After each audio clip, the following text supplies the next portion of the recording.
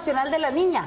Como te estaba diciendo Mariano al inicio de este informativo, por eso que ya queremos establecer contacto con Adriane Salinas. Ella es oficial de Salud Sexual y Reproductiva del Fondo de Población de las Naciones Unidas. Para que nos comente un poco también, Adriane, cuáles son los trabajos que se van realizando y por sobre todo, ¿por qué hoy se conmemora el Día Internacional de la Niña? ¿Qué tal? ¿Cómo está? ¿Qué tal? Un gusto saludarte, Fernanda, un gusto saludarle a Mariano y a toda la audiencia de Canal 9 Noticias. Bueno, el Día Internacional de la Niña es un llamamiento al mundo, ¿verdad? Para recordar que desde la Convención las niñas son sujetos de derecho. La Convención fue ratificada en Paraguay a través de la ley y luego, además, el Código de la Niñez y Adolescencia recopila nuevamente todos los artículos relacionados a derechos de niños, niñas y adolescentes. En el marco de este día, la iniciativa Ñañangarecó, que es una campaña que viene siendo llevada adelante por 4 ministerios, que son el Ministerio de Salud, el Ministerio de Niñez y Adolescencia, el Ministerio de Educación y Ciencias, el Ministerio de Trabajo, Empleo, Seguridad Social, y también con el apoyo del Fondo de Población de Naciones Unidas y el financiamiento del gobierno de la India, busca posicionar la importancia, no solo la importancia, sino también la obligación que tiene cada persona en Paraguay de contribuir a la prevención del embarazo en niñas y a la prevención del abuso sexual. Paraguay, lastimosamente, hoy lidera el Cono Sur con la más alta tasa de fecundidad adolescente y así también en niñas. Y lo segundo, que es importantísimo recordar, que estamos todavía con muy pocas iniciativas en torno a lo que es la prevención del abuso sexual y del embarazo. Lo que muestra la evidencia es que para prevenir estas dos grandes problemáticas se requiere de instalar la educación sexual integral en las familias y en las instituciones educativas, tal como dicta nuestro marco jurídico en la Constitución Nacional y en el Código de la Niñez y Adolescencia. A propósito de esa educación, Adriane, no sé si está bien dicha la expresión, ¿verdad? De que se ha normalizado en cierta forma el tema de algunas relaciones sentimentales, relaciones de pareja entre niñas y hombres adultos. Hay casos así, lastimosamente, Adriane, y vos sabés mejor que nadie. ¿Y por qué es que una niña embarazada, más allá de esta supuesta relación que tiene la autorización de los padres, no, pero no va a haber ningún problema, una niña embarazada es una niña abusada? Lo que sabemos y lo que muestran las evidencias es una niña no tiene las mismas habilidades para negociar en una relación, por primer punto. Segundo punto, difícilmente una niña a la que no le falte ni alimentos ni educación, la que pueda soñar con un proyecto de vida, se fije en una persona adulta, para no decir imposible prácticamente. Sí. Entonces, está en nuestro país normalizado, como decís, Mariano, naturalizado, se ve como algo natural, lastimosamente, y se piensa que cuando se tiene la anuencia de la familia deja de ser un crimen, claro, la relación con una persona adulta y una niña. No deja de ser un crimen, ahí es un crimen donde además del pederasta está fallando en su deber de garante de derechos de esa familia.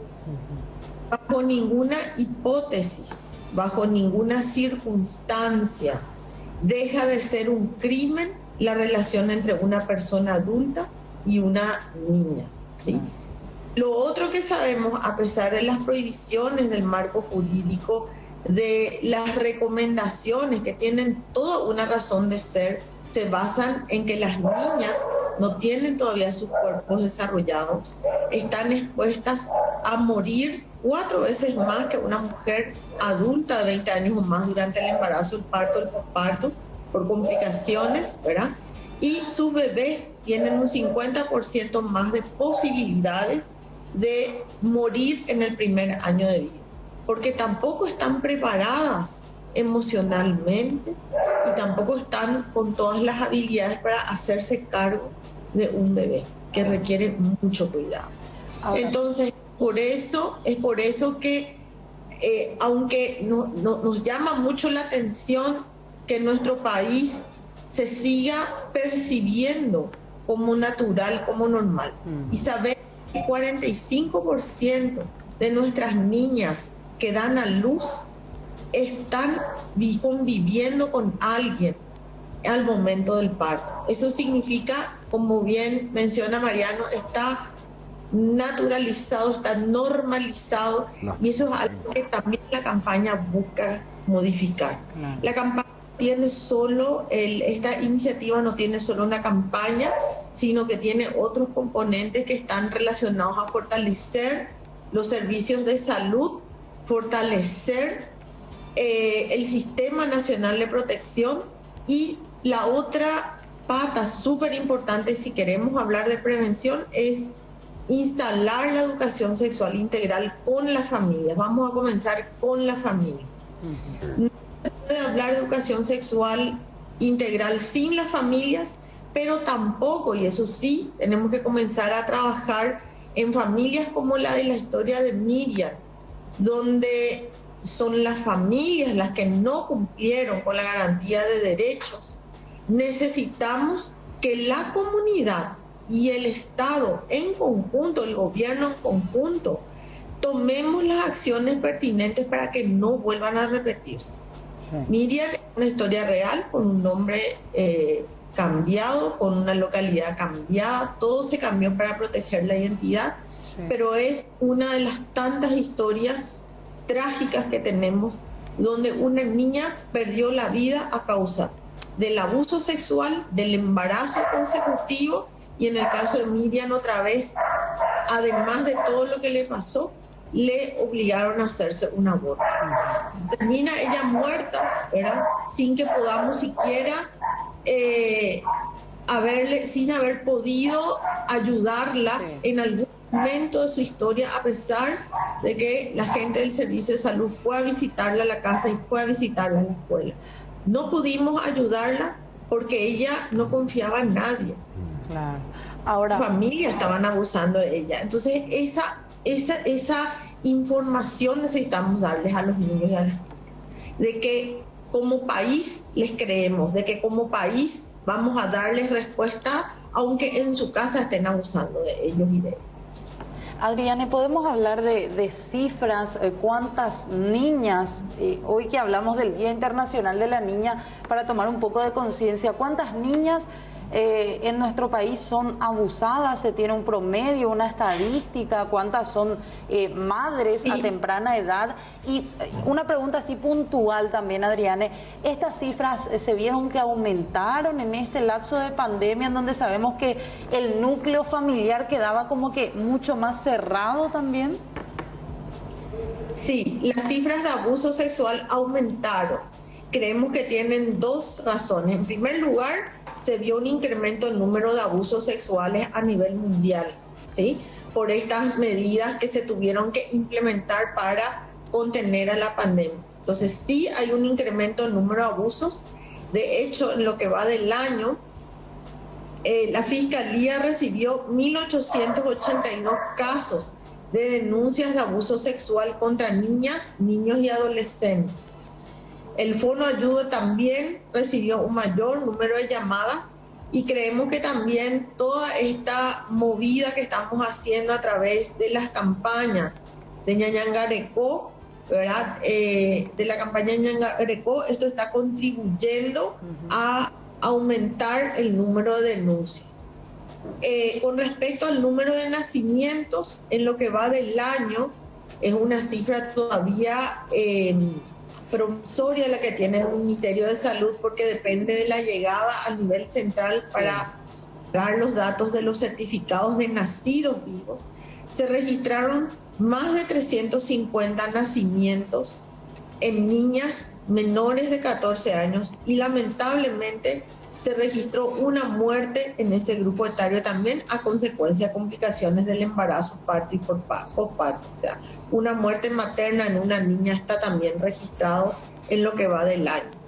El número de nacimientos registrados en niñas tiene una tendencia de leve incremento con algunos picos más altos cada tantos años, pero hasta la fecha nunca logramos reducir este flagelo.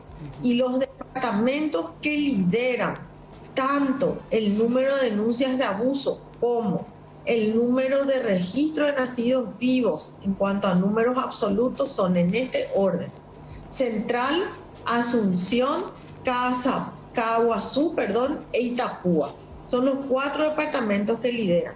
Pero también debo destacar que no existe un solo departamento en nuestro país que no tenga registros de nacimientos de niñas y ni un solo departamento en nuestro país que no tenga registro de abuso.